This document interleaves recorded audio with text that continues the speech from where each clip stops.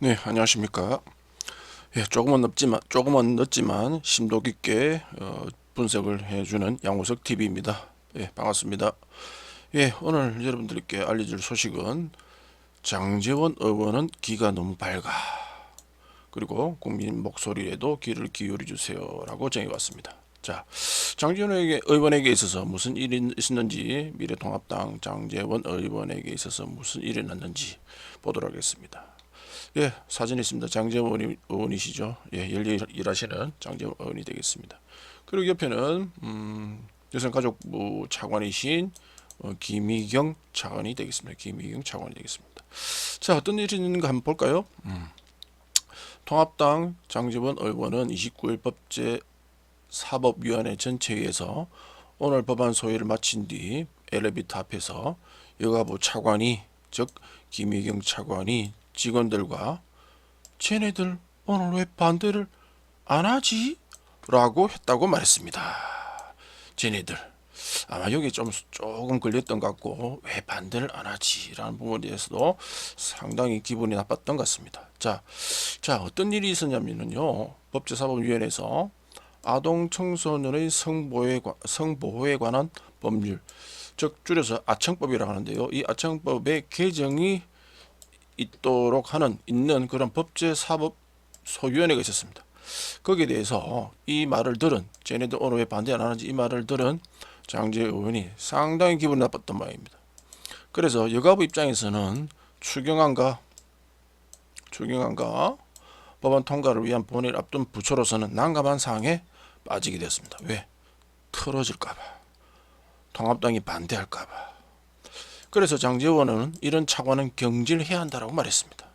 이에 여가부 장관인 이정욱 장관은 결국 주무장관으로 너무 죄송하게 생각하고 어머님께 진심으로 사과드린다며 아동 청소년의 성보호에 관한 법률이 오래 계류돼 한 2년 반이 넘었습니다.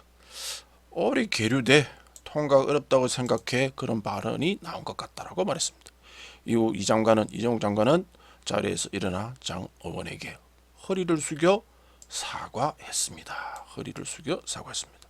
예, 장관이 일어나서 사과를 할 정도의 이러한 김희경 차관의 이런 발언에 대해서 구체적으로 우리 악영법이 어떠한 법이길래 이렇게 장관께서 허리를 숙여가면서까지 사과를 할 수밖에 없었느냐 한번 보도록 하겠습니다.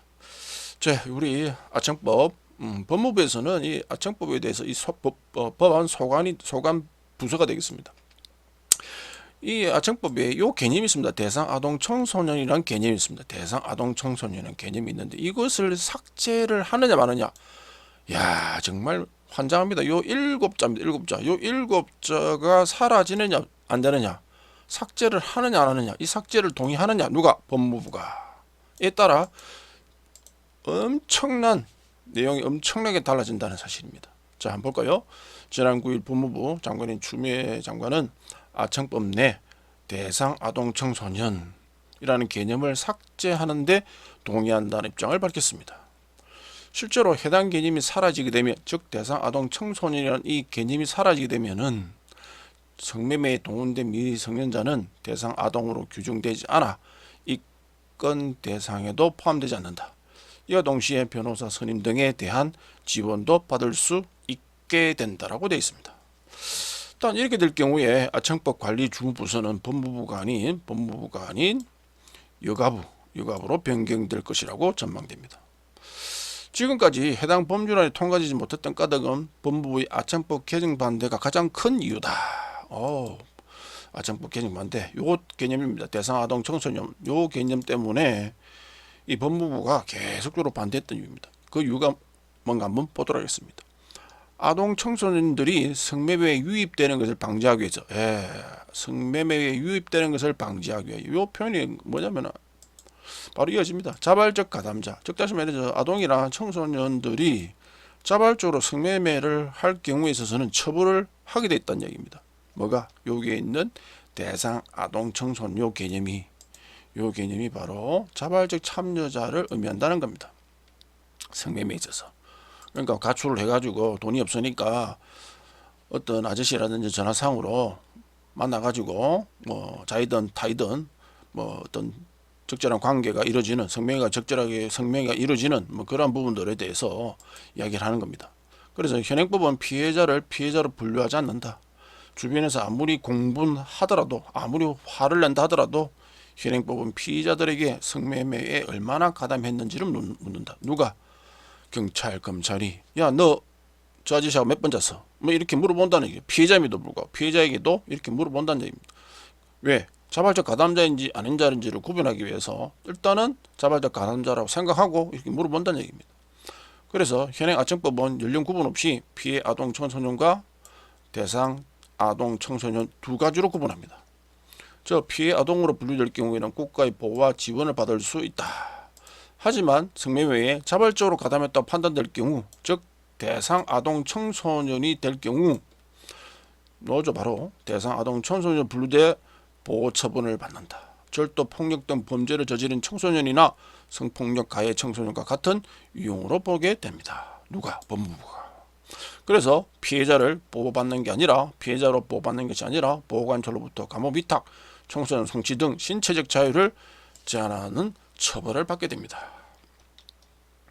그래서 이 법안은 성매매 산업에 유입된 아동 청소년을 사실상 처벌하고 있는 종전 법률을 고치자 하는 내용이 골자입니다.